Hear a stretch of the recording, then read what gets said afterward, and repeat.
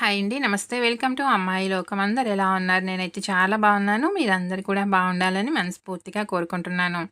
ఇవాళ మన రెసిపీ వచ్చేసి పొద్దున్నే బ్రేక్‌ఫాస్ట్‌లోకి కానివ్వండి, ఈవినింగ్ స్నాక్‌గా కానివ్వండి, చాలా సింపుల్‌గా బొంబాయి రవ్వతో అప్పటికప్పుడు 10 నిమిషాల్లో తయారు చేసుకుని ఒక మంచి రెసిపీ ఎలా చేయాలో చూద్దాం. స్కిప్ చేయకుండా చూడండి. ముందుగా మిక్సింగ్ బౌల్‌లో వచ్చి ఒక కప్పు బొంబాయి రవ్వ తీసుకున్నామండి. సన్నగా ఉన్న రవ్వ తీసుకున్నాననమాట నేను. చిరోటి రవ్వ అంటాం కదా! అది. లావుగా ఉన్న బొంబాయి రవ్వయినా, మామూలు ఉప్మా చేసుకుంటాం కదా! ఆ రవ్వయినా కానీ యూజ్ చేసుకోవచ్చు.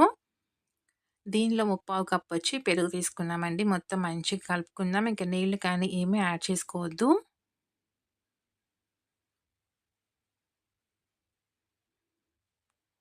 లావుగా ఉన్న బొంబాయి రవ్వ వేసుకున్నారనుకోండి, ఒక కప్పు నిండుగా పెరుగు తీసుకోండి.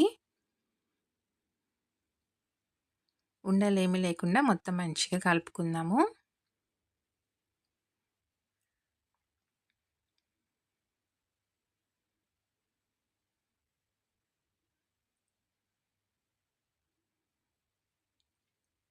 కన్సిస్టెన్సీ మనకి ఇలానే ఉండాలండి. ఇప్పుడు దీనికి మూత పెట్టి ఒక 5 నిమిషాల పాటు పక్కన పెట్టుకుందాం. మంచిగా మనకి రవ్వ అనేది నానుతుంది. 5 నిమిషాల తర్వాత చూద్దామండి. రవ్వ మనకి చక్కగా నానింది. దగ్గర పడిందనమాట ఇంకొంచెం.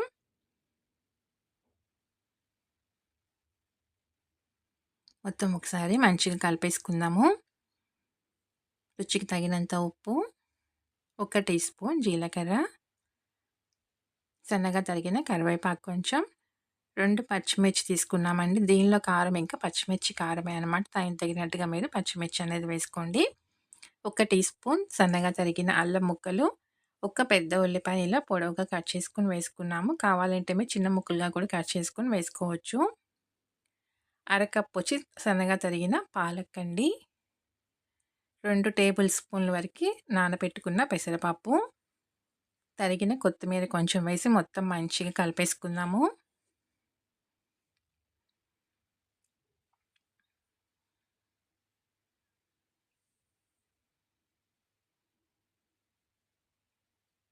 ఇంక నీళ్లు మనకి ఎక్కడ కూడా అవసరపడదండి.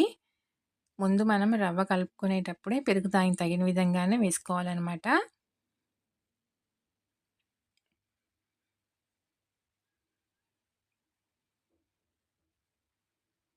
పొద్దున్నే ఇంట్లో టిఫిన్ పిండి ఏమీ లేదనుకోండి, క్విక్‌గా అయిపోతుందనమాట. ఇలా చేసుకోవచ్చు. సాయంత్రం పూట స్నాక్‌లోకి కూడా చాలా బావుంటుందండి. మీ దగ్గర అందుబాటులో ఉందనుకోండి పెరుగు, ఒక రోజున్న కొంచెం పులిసిన పెరుగు తీసుకున్నా గానీ బావుంటుంది. ఇలా కలుపుకున్న తర్వాత ఒక 2 టేబుల్ స్పూన్లు బియ్యం పిండి వేసుకుందాము. దీనివల్ల మంచి క్రిస్పీగా వస్తాయండి.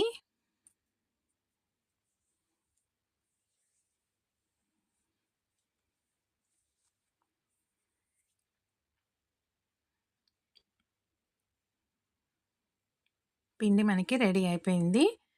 ఇప్పుడు బటర్ పేపర్ తీసుకున్నాననమాట నేను. అరిటాకు కానివ్వండి, ప్లాస్టిక్ షీట్ కానివ్వండి, ఏదైనా కానీ యూజ్ చేసుకోవచ్చు. దీనికి కొంచెం నూనె అప్లై చేసుకొని, దీనిలో కొంచెం పల్చగా పిండిని స్ప్రెడ్ చేసుకుందామండి.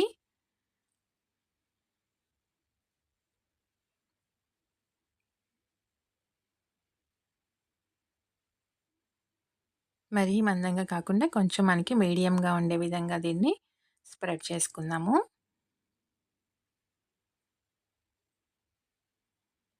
అంతేనండి, రెడీ అయిపోయింది. ఈలోగా మనం పెనం పెట్టుకుందాము. దోస పెనం వేడెక్కుతూ ఉంటుంది. పెనం వేడెక్కిన తర్వాత కొంచెం నూనె అప్లై చేసుకొని బటర్ పేపర్‌ని తిరిగేసుకుందాము.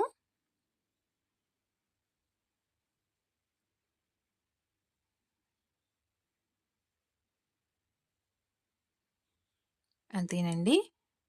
కొంచెం మనకి వేడెక్కిన తర్వాత దాన్ని బటర్ పేపర్ తీసేసుకున్నామనుకోండి, చక్కగా మనకి మంచిగా వచ్చేస్తుందనమాట. బటర్ పేపర్ అనేది పైన కొంచెం నూనె వేసుకొని, 2 పక్కల మంచిగా ఎర్రగా కాల్చి తీసుకుందాము.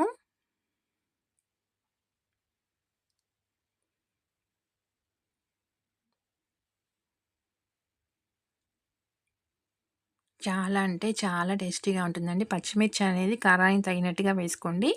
మరీ చప్పగా ఉన్నా కూడా బావుండదనమాట. అందువల్ల నేను ఇక్కడ 2 తీసుకున్నానండి. కొంచెం కారంగానే ఉన్నాయన్నమాట పచ్చిమిర్చి. మీరు దానికి తగినట్టుగా అడ్జస్ట్ చేసుకోండి కారం అనేది. చూసారు కదా! మంచిగా వేగిపోయింది. తీసేసుకుందాము. అన్నీ ఇలానే రెడీ చేసుకొని తీసుకుందాము.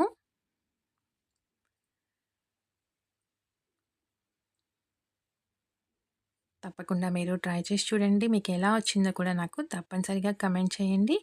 అలానే వీడియో నచ్చినట్లయితే తప్పకుండా సబ్స్క్రైబ్ చేసుకొని ఒక లైక్ ఇచ్చేయండి. మీ ఫ్రెండ్స్‌కి, ఫ్యామిలీ మెంబర్స్‌కి షేర్ చేయండి.